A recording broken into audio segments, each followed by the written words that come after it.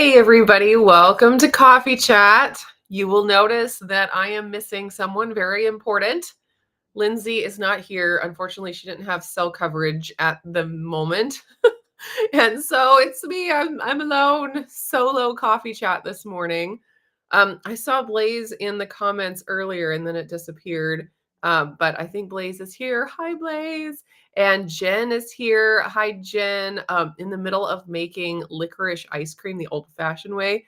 That sounds amazing. And we'll pop into the chat as I can.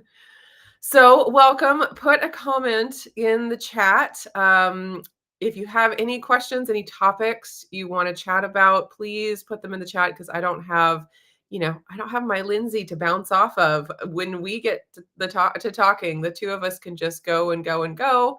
And so when she's not here, I need you guys to be my co-host and give me ideas to chat about. Evelyn is here. Hello, Evelyn. And Risa is here. Hi, Risa. Welcome. My coffee this morning is coffee.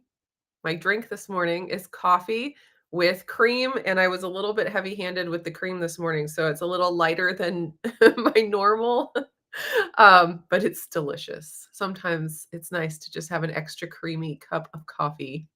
Sing It is here. Hello. You heard me say what was in my cup. Yeah. Oh, did you miss it? No, I'm just saying it right now. I just said it. Maybe you did miss it, but it's coffee, extra creamy coffee this morning because, so I use a scale to weigh my coffee. I use my kitchen scale all the time in the kitchen. It's one of my most used kitchen appliances, if you can call it that, because I measure everything with it. Even when I'm not like obsessively tracking calories, I still will use it. And I use it with my cream. So I set my coffee on the scale, zero it out, and then pour the cream in because I want to get about the same amount and I don't want to get a measuring spoon dirty. And so the scale, it just is so easy. It's like the easiest way to measure things as long as you know what you're going for as far as weight. And so, but sometimes I just like my brain is not connecting and I just pour and then I'm like, "Oh, wow. That was more than I expected." And I know that like when I don't do that, when I don't use the scale, um I'll get more heavy-handed as time goes on and eventually I'm like using way more cream than I anticipated, but like my body gets used to it. So, anyways, it's always helpful for me to use the scale because it does give me accurate results and then also it keeps me honest. Let's see. Evelyn says, "Oh, my last afternoon live as I start school next week, and it's so sad." No, Lindsay, I know. She just, hit me with that this morning. And I didn't have enough time to find another co-host because usually, if she's not here, it's like I'll at least find someone to take her place. And I mean, obviously, no one is Lindsay. Lindsay is, you know, a special, unique butterfly in and of herself. But just to have a co-host is nice.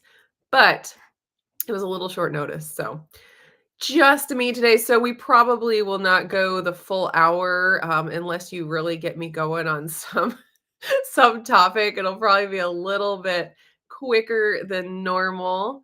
I still have that nasally, sinus thing going on. I was sick a week and a half ago now, I got sick. My husband brought a cold home from his trip, and then I got it shortly after that, and like, I'm pretty much better. Like, for the last week, I've been feeling better, but I just can't get rid of that tiny little last bit of sinus stuff. So, I still feel it and I still hear it in my voice, and it's not fun. Let's see. Oh, Blaze, you are still here. Bummer that Lindsay doesn't have coverage. I know. I know. She's probably off doing something super fun and awesome, and I wish we were all there too. Patty is here. Hello. Risa says, I've had my normal coffee this afternoon, and now I have iced coffee with stevia. That sounds really good. Okay, so while I was on my trip, at one point I bought iced coffee, cold brew coffee, and had a jug of that just for like when I didn't have a way to brew my coffee and I still wanted some. It was easy just to have an iced coffee, and it was really delicious. Like I really like cold brew coffee with some cream in it. And I enjoyed it on the trip. And then when we got home a little while after, I bought another jug because I was like, oh, that was so nice. I'm going to buy another one. And I have not been able to like find a time to drink it just because when I have, my coffee hot available, I just don't. That's always what I go for, and I've been trying not to have caffeine later in the day. So sometimes I might have a iced coffee at like 3 p.m., but I'm trying not to have it that late these days, because I've been tracking my sleep and all of that. And so I have this jug of cold brew coffee in the fridge, and I just haven't used it, and I need to use it. I need to force myself to have it like mid-morning or something until it's gone because I don't want to waste it. Yes. So Blaze, we have it set up so that the chat streams to both of our channels. And I forgot to ask her if she wanted me to like not stream it on her channel. Because I can, deselect it and have it not stream, but I didn't want to do that if she wanted it. Anyways, she can delete the video afterwards if she doesn't want it on there, just me by myself. But yeah, it's still set up to stream on both channels. That's just the way we have it. We have a restream account or whatever. So anyways, it's just how it's set up. Okay. Jenny has a question. Let's see. I have a question. I was wondering why you didn't have your thyroid antibodies checked when you did your blood work last. I didn't have them checked when I did my blood work last because I had them checked at the beginning of my thyroid issues and they were all negative. So that pretty much ruled out the possibility that my hyperthyroid was because of Graves' disease or Hashimoto's or some other autoimmune issue. So it seems pretty clear at this point that the hyperthyroid was due to the just excess iodine. And it seems like now that my body has worked through that, that I'm pretty stable. So I'm not having antibodies that are causing the excess of thyroid hormones. The whole antibody thyroid thing is so fascinating. I didn't have a really good concept of how all of that worked, but basically for Graves' disease is the autoimmune disease that causes hyperthyroidism. So there was a real possibility at the beginning that that's what I had, and we had to, do the tests to find out. But in Graves' disease, the antibody that your immune system produces looks the same as TSH, which is thyroid stimulating hormone. And your pituitary gland makes the thyroid stimulating hormone so that it keeps, your thyroid hormone at a balanced level. And so when you don't have enough thyroid hormone, the TSH is produced and it stimulates your thyroid to produce thyroid hormone. So this antibody that's produced in Graves' disease looks the same as TSH. So you're getting these antibodies. So when you have this high level of these antibodies, these specific ones, it's telling your thyroid, it's stimulating your thyroid to produce the thyroid stimulating hormone until it produces way too much. So crazy. Like, what the heck? So unhelpful immune system. But anyways, those antibodies for me were low and negative, like low enough that it was a negative test showing that I don't have that autoimmune is not the reason for my hyperthyroid symptoms. So hopefully that answers that question. Yeah, so it's just not something that I have to get tested all the time. It would be helpful every once in a while, especially if I start having the symptoms again. We'll probably test again because, things can change and thyroid or autoimmune stuff can pop up. But at this point, it's not something we're watching because it's not a concern. Uncle Big Guy, hello. Hope all are doing well. Sing It says, you've got this, Neely. Do you have granola type solutions for colds? Has low carb keto carnivore lessened the household sicknesses? Sure that homeschooling helps. Yeah, homeschooling does help. I remember when the kids were younger, we first started doing a co-op after several years of not doing a co-op, and we were sick like every other week for the longest time. It was so obnoxious. My hair is really bothering me. Um anyways, there it is. Yeah, so but I always try to, remind myself when we do get colds that every time we get a cold, it is strengthening our immune system and ultimately it's a good thing. Whatever doesn't kill us makes us stronger, as the saying goes. So, anyways, I actually had not gotten a cold. Like colds had gone through the house for like this last year. Every once in a while, a cold will go through the house, and I have not gotten sick in probably a year. I kept being like, "What the heck?" When because cold after cold would come through, not often, but just normal amount every few months or so, and I would just never ever get it. And finally, this one just took me out. And so I have been taking Armor Colostrum for quite a long time, and the timing correlates with taking the colostrum and not getting as sick as often. Now, is that definitely a causation? Obviously not. Correlation does not equal causation. But the timing lines up enough that I'm like, maybe that Armor Colostrum really did help. And I had stopped taking it. I hadn't been as consistent with it. I ran out, and I hadn't been as consistent with it for like at least a month, maybe 2 months before I got sick. And so I don't know. I'm not going to make any kind of claims at all, but I just know that it correlated. That's it.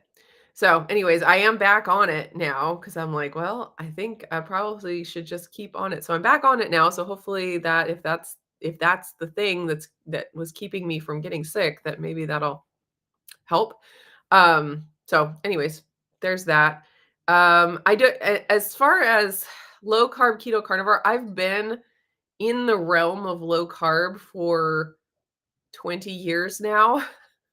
I mean, it was 20 years ago that I did more than 20 years ago that I started the Atkins diet. And so I've been low carb and then paleo. I don't think I've ever really gone back to high carb, like multiple hundreds of grams of carbs per day. So I don't really have that to compare. But, so I can't really, I'm sure it has, but it's just so hard to think back how I was 20 years ago is so different from where I am now when I was 20 versus now when I'm 40. So I think it probably does, but it's really hard to say. Um, yes, didn't realize before about the antibodies. Yeah, so yeah, I'm glad that I cleared that up because so apparently autoimmune, the Graves' disease accounts for like 90% of hyperthyroid. And so when, I told my doctor I had all these symptoms and she's like, "Yeah, that's hyperthyroid." It was like, "You probably have Graves' disease." And that's like the first thing we went down. And so, you know, I'm thankful that that wasn't it because that's something that doesn't just go away.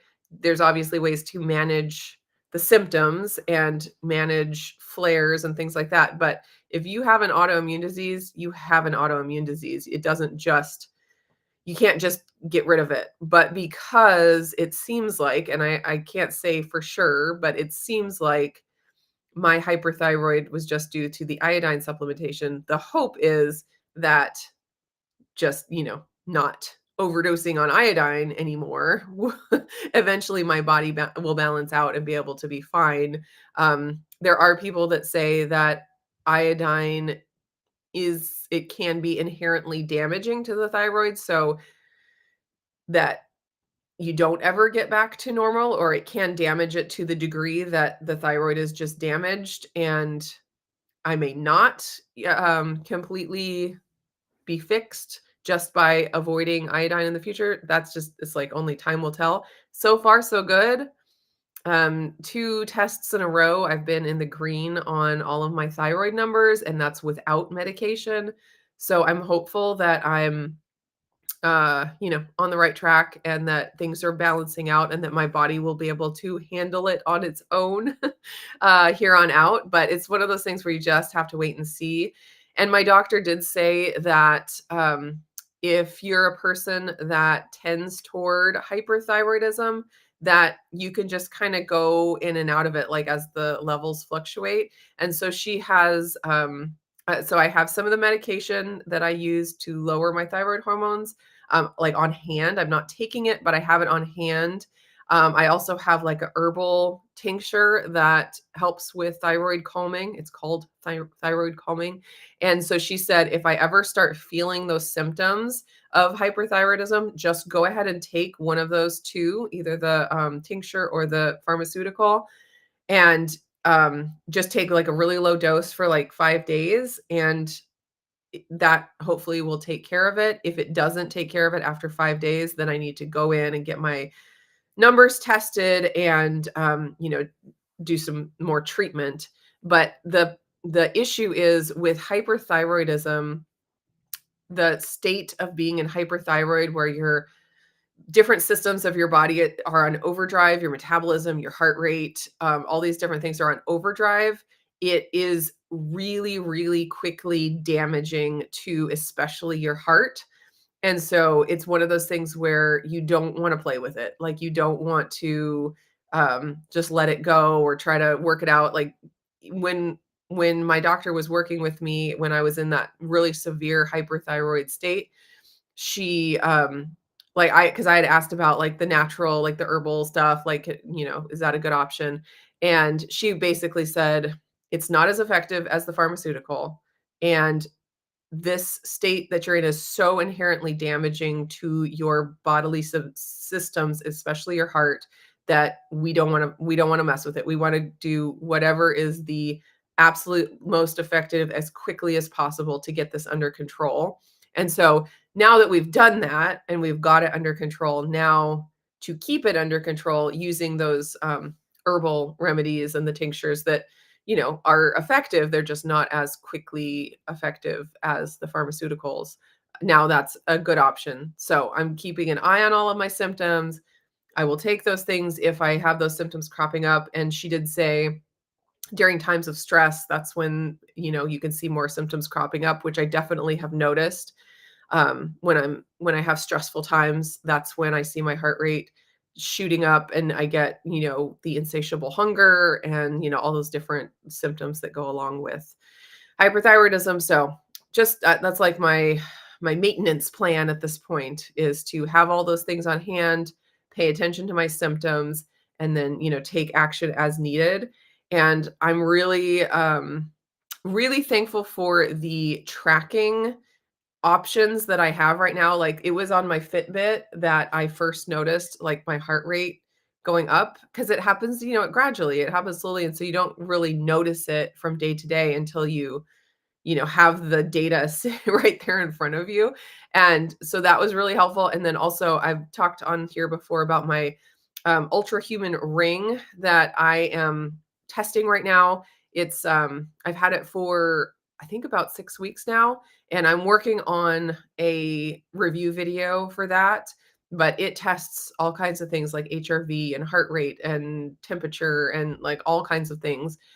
And I'm realizing how important that is for, my ongoing keeping my health under control. Because I would use my Fitbit for, tracking my steps, and that's about it, like, tracking my steps and making sure I was getting enough activity.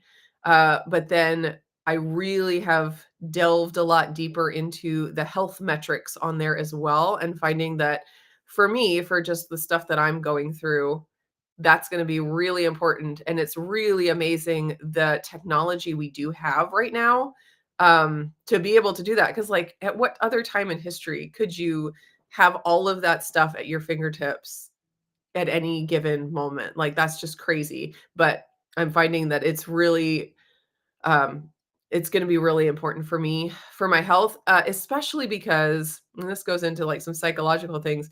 It's so hard to just listen to your body. And we've talked about listening to your body on coffee chats before, and just how it it's just difficult to piece out what to listen to and what not to listen to, and like preconceived notions and things like that. Like back when I discovered that I had very low ferritin, I had convinced myself that because of the healthy diet that I had, that I was fine. And I didn't allow myself to really think about and accept all of the really bad symptoms I was experiencing until I saw that number on the test result that was like, Wait a minute, this number does not align with how I think I feel." And then as soon as I started like looking into all the symptoms that go along with iron deficiency, I was like, I am experiencing all of those symptoms. But for whatever reason, because I had these blinders on, these healthy diet blinders where I'm like, I'm eating ketovore. I I'm eating all this meat. Like, there's no reason I should have iron deficiency. So it's like I had this mental block of not being able to accept or realize or articulate these symptoms that I was having until like I was hit with the number, the facts on the piece of paper saying, "No, this is where you're at right now." And then it kind of all hit me like a ton of bricks, like, yeah, I actually feel really terrible. And then I was able to work on it, and I've gotten like, to such a better place, with my health where is. And so, all that to say, having that data, it's not without, obstacles. Like, having a lot of data can cause more stress about certain things, but ultimately, for me, it's been really, really important and really helpful for me to, have the hard data as well as look at my symptoms and how I feel, and, like, just be able to have those work together to help me figure out my health issues. So, there you go. Let's see. Rickwin is here. Hello. Sing it. Children are petri dishes with hands and feet. Absolutely. But we got to keep remembering every time they get a cold, it's strengthening their immune system. And so ultimately it's good. Got to get through it.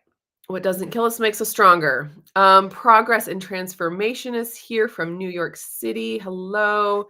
Oh, Risa says, my mother has Graves' disease. It was awful. She had serious thyroid issues. I do not, thankfully. That's amazing. Yeah, because a lot of times autoimmune diseases can be genetic. And so very thankful that you don't have that. It is like, I learned a lot about it, especially when I thought, that's what I had. And it is really scary. And hypothyroid is, I think, a lot more common for a lot of different reasons, not just autoimmune, and it has all kinds of negative health ramifications, of course. But hyperthyroidism is just so inherently damaging to your heart. It can just cause so many problems. And the other thing that I didn't realize too is that it causes like brain stuff as well, where people say that their personalities change and it really messes with you. So that's not something to play around with. I remember thinking like, back in the day when you're trying to lose weight, when I was trying to lose weight, um, and you learn about hypothyroid because everyone's like, "Oh, you might have underactive thyroid if you can't lose weight." And so you're like, "I hope that's the thing." Let's it can be fixed. And then you hear about hyperthyroidism when you're studying hypothyroidism, and it's like, oh, you lose weight without trying, blah blah blah. And I remember thinking like, oh man, that would be a great problem to have. What? Why do I have to? And I never had hypothyroidism either, but I was like, why? How great would it be to have this issue where you just lose weight without trying? And let me tell you, after having experienced it, it is 100% not worth it. It's horrible, absolutely horrible. And then the weight loss, from what I've seen and what I've experienced and what I've seen in like Facebook groups and stuff, the weight loss typically doesn't stay off when you get yourself balanced out. Like from most of what I read, of people's anecdotal experiences when they would lose weight during the hyperthyroid time, but then as soon as they got on the medication, as soon as they got their thyroid numbers numbers down, they would gain at least the weight back that they lost, and then a lot of people just gain way more. So I'm really thankful that I didn't do that. Like at least I just gained back what I had lost while I was hyper. And then actually since being balanced for a little while, my weight has started to come back down again. So I'm almost back down to where I was with the weight loss that I had lost while hyper. But it did come back initially. And then as I've balanced out, it's come back down. So yeah, it's messed up. And experiencing the hunger is intense because a lot of people, when they go hyperthyroid, they gain weight. And because you just think hyperthyroidism is lose weight because your metabolism is on overdrive, but actually a lot of people do gain weight, and after having experienced the incredibly insatiable hunger that comes along with hyperthyroidism, I 100% understand gaining weight, because if I had that insatiable hunger and I was eating the standard American diet, I definitely think I would have packed on lots of weight. Because it was it was very frustrating to eat a giant meal and then an hour later have a growling stomach like you didn't eat anything. Like it was such a mind trip, and I just felt like I was eating so much food. And then when I did start tracking with Jonathan, I really struggled because I felt like I was starving a lot of the time, even though I was eating a perfectly reasonable amount of food. It was just like my mind was on food all of the time and I was insatiable. And that is not a fun place to be. That is, oh, it's like I'm just so sick of thinking about food. And actually, now that my hormones are balanced and my thyroid levels are in a really good place, my appetite is so under control. Like I keep being like mind blown about it because it's so minimal. And I think that the conversation about food noise that has come from the Ozempic insanity, I think is actually a really good conversation, because food noise is a thing. Like, it really is, and I've experienced now different levels of different, hormones, thyroid hormones, as well as, just all the other hormones. It really can affect that food noise thing. And so, like, people talk about finding out what true hunger, like, is it just emotional hunger? Is it just, is it physical hunger? Like, we gotta just piece that out, and if we figure that out, then we only follow the physical hunger and we ignore the emotional hunger. I don't think that's as I don't think it's that simple. I think emotional hunger is some kind of a food noise. Not that emotions aren't involved, I think, of course, they are, but have experienced just that emotional hunger going away at a different thyroid balance or a different hormone balance. And so I don't think it's only, my relationship with food that I'm, mentally have to deal with. I think hormones affect that food noise. And it's like It's just so mind-blowing to go from a place of thinking about food all of the time and never feeling satisfied to being one of those people that, like, takes a few bites of something, I'm like, "Okay, I'm full, I'm done." I'm not thinking about food anymore. Not just that my stomach is full, but that my mind isn't obsessed with it anymore. Like, that's 2 different things, and to have all of that noise be gone is just so crazy. It has been such a wild experience going through this whole roller coaster.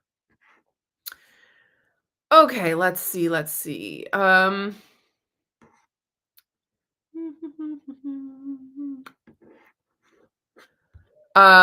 Sing It says, "Any foods this week that made keto feel restricted? I am very happy when cherries go out of season." Oh, yeah, I can imagine. Yeah, because during the winter, you probably don't feel restricted because you can't eat fresh cherries because they're not right there.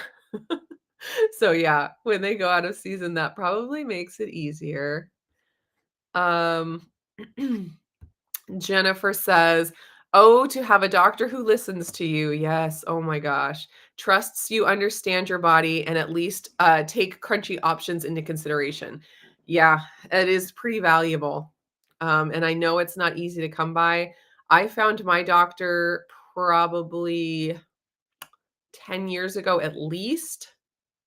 Um, and I've stuck with her ever since. She has moved to I counted at one point how many different offices she's moved, in the time that I've been seeing her, and it was, I don't know, like 6 or something, where I've just followed her everywhere she went. And the amazing thing is, she used to be out in Portland where we lived, and then she moved out to the country, and kept coming to see her, but then when we moved closer to her, so now we're both out in the country, pretty it's not a far drive at all for me to go see her. So very, very thankful for that. And I wish everybody could have that. But it does take a lot of work to find. And so the way that I found her, I'll mention this real quick. The way that I found her way back when was back when the paleo diet was really big. And there was, and I think it's still around, the Paleo Physicians Network. It was a website that just had, a list of providers that somehow qualified. I don't even know how they did it. Somehow qualified for being on this list of paleo physicians that were open to that kind of thing. So she's not keto, she's not low carb, she's, like Weston A. Price, um, open to paleo, whole foods, that kind of thing. And so that's how I found her originally. Because I mean, it can just be such a shot in the dark to look up someone online, and you'd have to go through so many people to find someone that maybe aligns a little bit with your own values and things. So if you can find some kind of a network like that, the Paleo Physicians Network, I know there's some low carb doctor lists out there. I haven't had to use them since I've, had a doctor for a while, but definitely recommend just, starting there. It's not to say that every single person on that list is going to be perfect and amazing.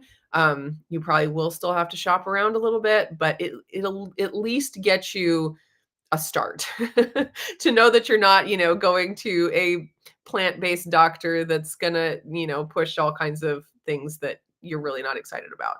So yeah, that would be my recommendation if you are looking for someone. And then, to find someone who takes your insurance and all of that is a whole other layer that I wish it was easier. Okay, so Sherry says, "Do you find the Fitbit better than Apple Watch to track your heart, steps, etc.?" So I've never had an Apple Watch. I have only had Fitbits. Like, I have been using Fitbits for maybe 15 years. Back when they were like one of the first on the market for a decent step counter, that, had an app and stuff that went with it. And so I've been using only Fitbits, and I've just upgraded every few years whenever I've needed to. So I can't say about the Apple Watch. The only thing I can compare it with is the Ultra Human Ring. And as far as just step counting, I think the Fitbit is probably more reliable than the Ring at this point, but the Ring, the Ultra Human brand, they're always getting better, and their, activity portion of their product is under development. So it's not too, it's not as good as it's gonna get, I think. And I do think it needs some work. So if you're just doing steps, I think the Fitbit is pretty good. Um, as far as heart rate, it's really hard for I haven't delved into all of the different products and the reviews and the comparisons and, like, how they work, because I don't even really understand how they work, so I don't really know how to compare one to the other. Um, and I accept the information with a grain of salt, like, it's giving me some information. It may not be 100% accurate every single number, but it's giving me a good, um, baseline and shows me some ups and downs, and it has correlated my, Fitbit has correlated with how I feel. So I think it's accurate enough, I guess. But I really can't compare it to Apple Watch, or, Garmin or all of the other ones. There's a lot of them now. Um, and I just have always used the Fitbit, and I have stuck with it because I feel like it's been a good product for a lot of years. They sold to Google a while back, and so a lot of people are upset about how Fitbit is being Googleified, which I haven't really experienced any negatives yet at this point. But I'd be open to finding something different if it was better, but I haven't done the research and haven't found any reason to, buy something else at this point. Let's see. Let's see. This thing it says, so do you think this is a thing? Living in Ketoville, we just fool ourselves and don't listen to the signs just because it's supposed to work miracles. Healthy eating blinders. I do think that exists. I definitely don't think that everyone is like that. I think certain people are more susceptible to it than others. And there are some people who go on keto and it fixes all of their problems. Like they are fixed. And that's amazing. But I do think there are a lot of other issues that can't be fully resolved through diet alone. And I do see a lot of people just going stricter and stricter and narrower and narrower. And this is my own story. So I'm one of them, that just continue to narrow and narrow. And if I just get my food more perfect, I will have better health.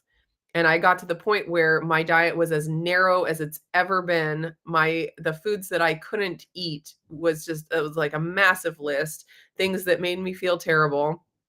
And I could have kept going. I could have kept going to strict carnivore. I could have kept going to lion diet, but I was like, it it would be one thing if the narrower I got in my diet, the healthier I got. And I was like, "Oh, I see how I've gotten healthier all this way of this journey of narrowing my diet down to less and more and more restrictive."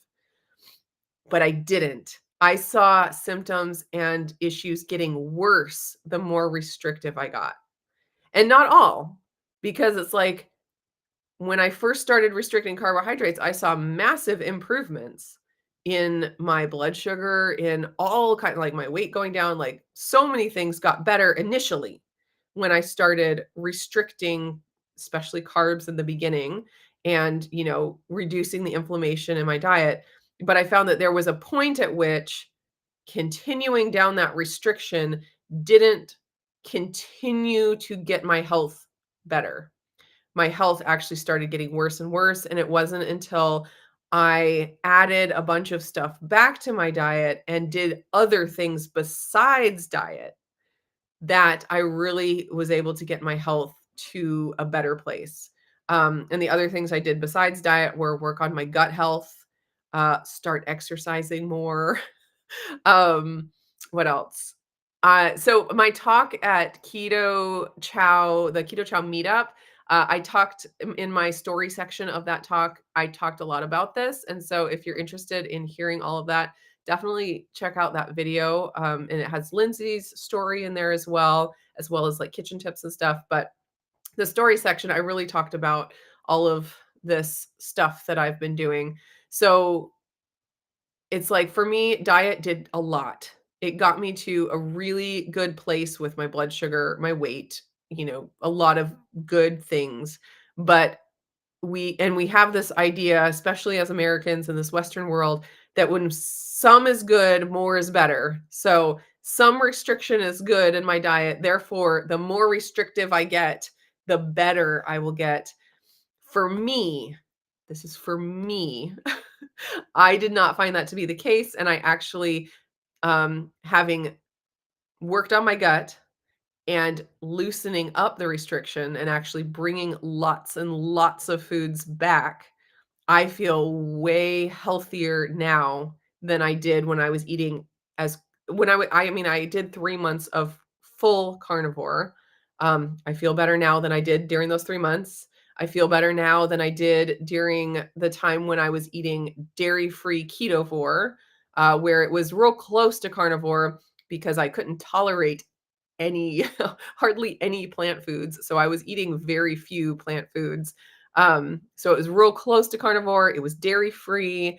I feel better now eating okay, I'm eating things that are anathema in the keto world. I'm eating beans. I'm eating potatoes. I'm eating rice. I'm eating lots of vegetables. I'm eating nuts and seeds. Now, not tons of them. My diet is still meat based. Protein is my number one priority, but including fruits, vegetables, even, those little bits of grains like some white rice every once in a while, my health is better now. And it's so funny because I'll get comments from people when I talk about this, that say, "You maybe feel better now, but just wait until XYZ eating all this stuff." And it makes me laugh because that is exactly the argument people give to keto people, saying, maybe you're losing weight now eating keto, but you're going to die of a heart attack because of all that saturated fat. Maybe you're feeling good now on keto, but you're going to have colon cancer eating all of that meat eventually. Just you wait. And people are saying the exact same thing to me when I say I'm feeling better now, including about 100 grams of carbs per day than I did when I was eating carnivore. And it's like there's this like I just can't reconcile that.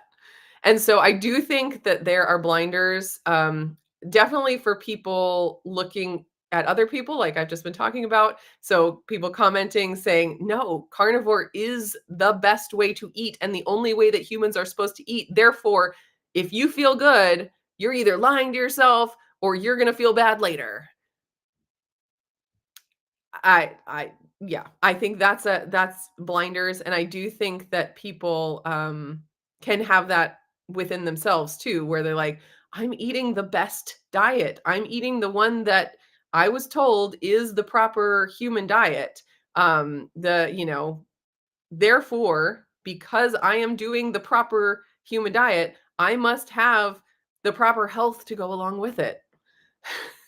And it definitely can be a blinder where it's like you don't let yourself look at the reality of the symptoms that you're experiencing. And that's not everybody. There are people that eat a carnivore diet, ketovore diet, and their health is amazing. Like, and I'm not saying this is everybody, but I definitely experienced that those blinders. That was for me, that was definitely a thing.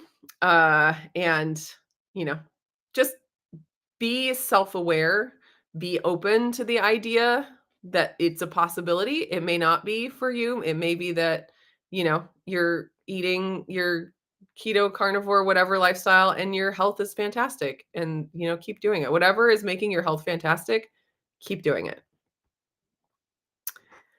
Reese has got to leave. I'm gonna watch the replay. Let's see. Uh, Sherry says, "Thank you. My Fitbit would tell me if I was in AFib. I loved my Fitbit, but bricked it with swimming. Oh, that's a bummer. Need something new and was considering the Apple Watch." Yeah, so Lindsay has an Apple Watch, and so that would be interesting to ask her thoughts on it. I don't know that she can compare it though to I don't know if she's had a Fitbit before, so it's hard to know. There are lots of great comparison videos. There's, channels that love to look at all the details and compare everything. So you might just Google Apple Watch versus Fitbit or whatever, and that could get you some good info. Yes. Evelyn says, I'm seeing so many influencers stop keto, but what I understand is that they are getting to a place where they are more metabolically healthy. At that point, adding whole foods back in is smart. I completely agree. Like the whole idea that if keto gives you good results, it must be the way that you have to eat forever. I it just I understand the desire for that. When you find something that works and gives you good results, then you're like, "I found it. That's it. This is what I'm doing for the rest of my life." Um, it's not necessarily true. Like we talk about so much on our coffee chats, how everyone is different, and you have to consider the state your body is in when you say this diet is good or this thing is bad. It's like there was a point where peanut butter made me double over in crippling digestive pain. Clearly, at that point, for my body, peanut butter was bad. It was a bad thing. Now I can eat peanut butter with 0 issues. 0. And peanut butter is delicious. So it's like, if I can eat peanut butter with 0 issues, like that is a win in my book.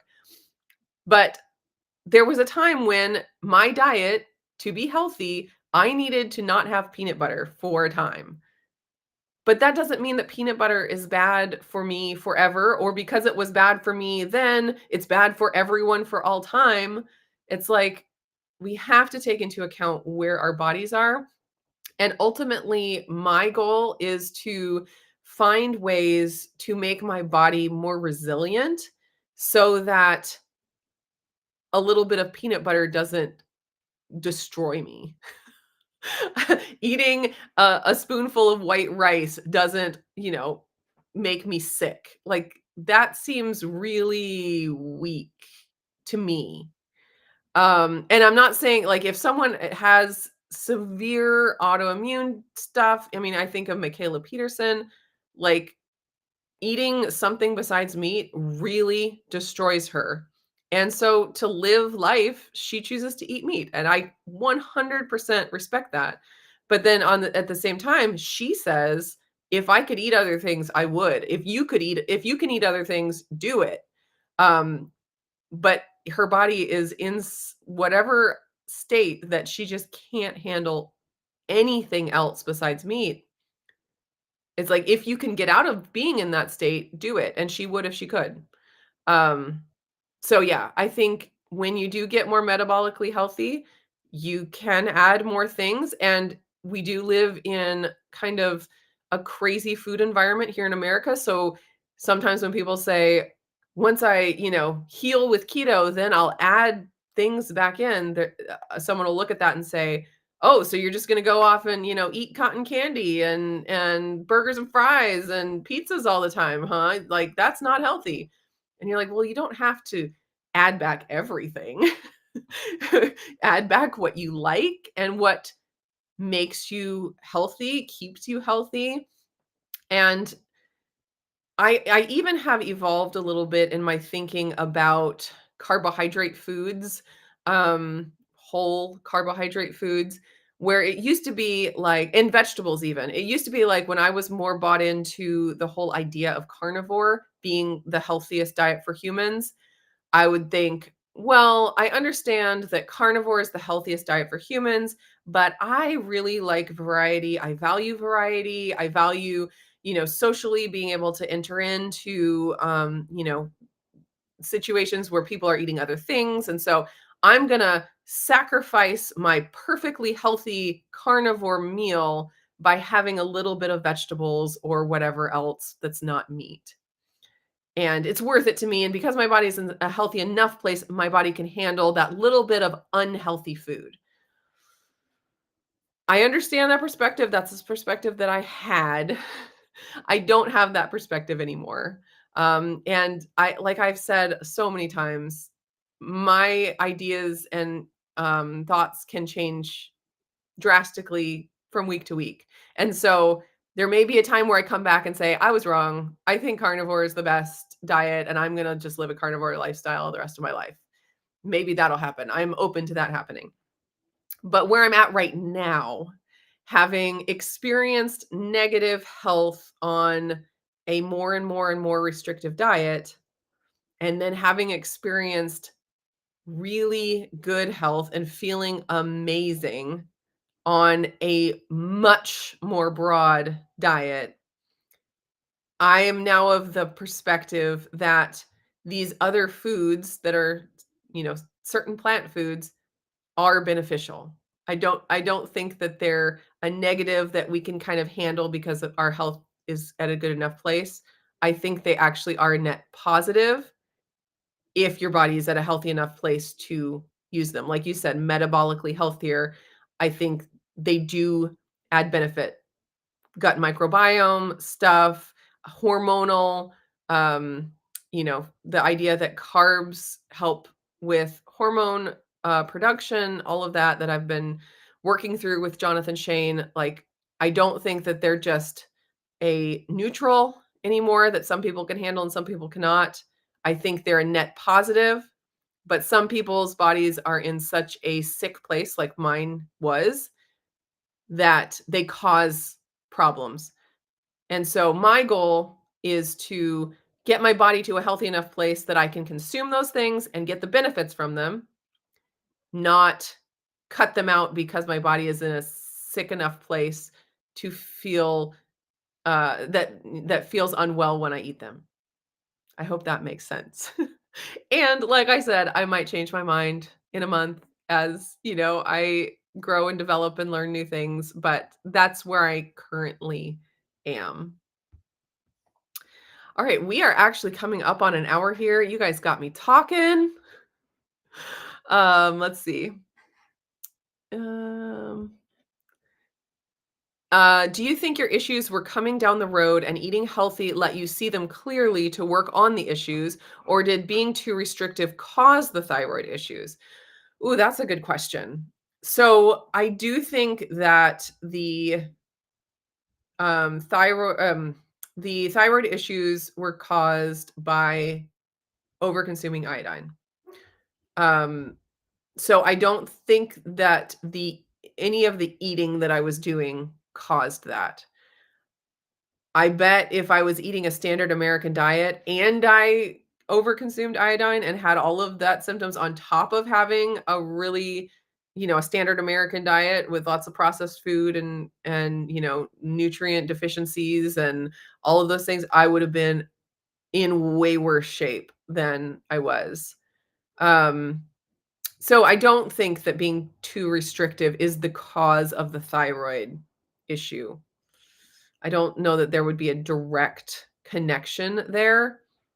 I do think, um, I think the cause of some of my other issues that have been resolved, like my nutrient deficiencies, like I was deficient in vitamin D, I was deficient in B12, I had severe rosacea. Um, what else? The iron, being low iron. I think those were influenced by poor gut health for sure. And so working on the gut health. So it was like the food was a non-issue. I mean, well, I don't want to say non-issue. The food was just a separate thing. I had bad gut health so that even no matter how healthy of food I ate, if your gut health is bad, you're not going to get everything you need from it. Now, having bad gut health and then eating garbage food on top of that is obviously going to make everything worse. but changing the food wasn't going to fix my root issues. I had to work on my gut health through things besides food in order to even get the benefits of the healthy food, if that makes sense. Yeah. So I always think about like with all these issues that I deal with, if I was still eating the standard American diet all these years, I would be a disaster. Like I would, because I know, how quickly I can gain weight on, sugar and fat together in the form of uh, processed junk food. And that on top of everything else, like is just crazy to even think about. So like the foundation of a healthy diet, and that healthy diet has the foundation of meat, is a huge part of my journey. And I don't want to undersell that, but it wasn't the only thing that fixed me. I don't know if that's a good way to say it or not. Um,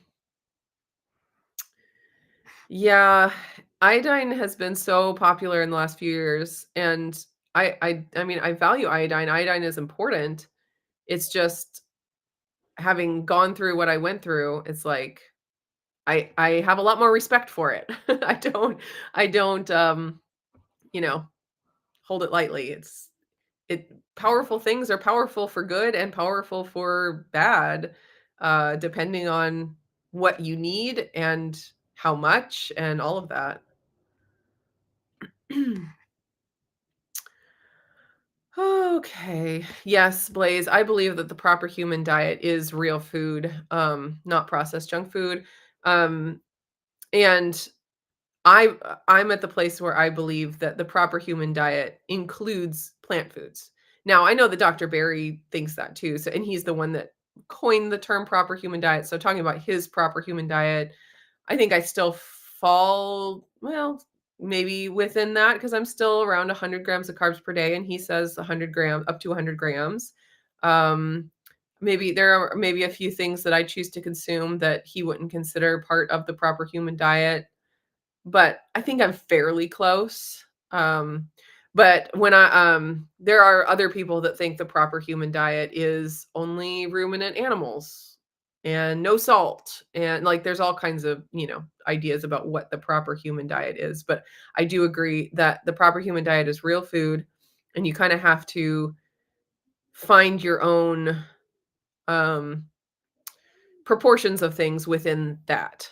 And for some people, because of where their health is at, their proper human diet is real food, only ruminant animals. And for other people, it's a lot more varied with the plant food. And you kind of have to figure out what your body needs. And that is not an easy thing to do. I'll tell you right now.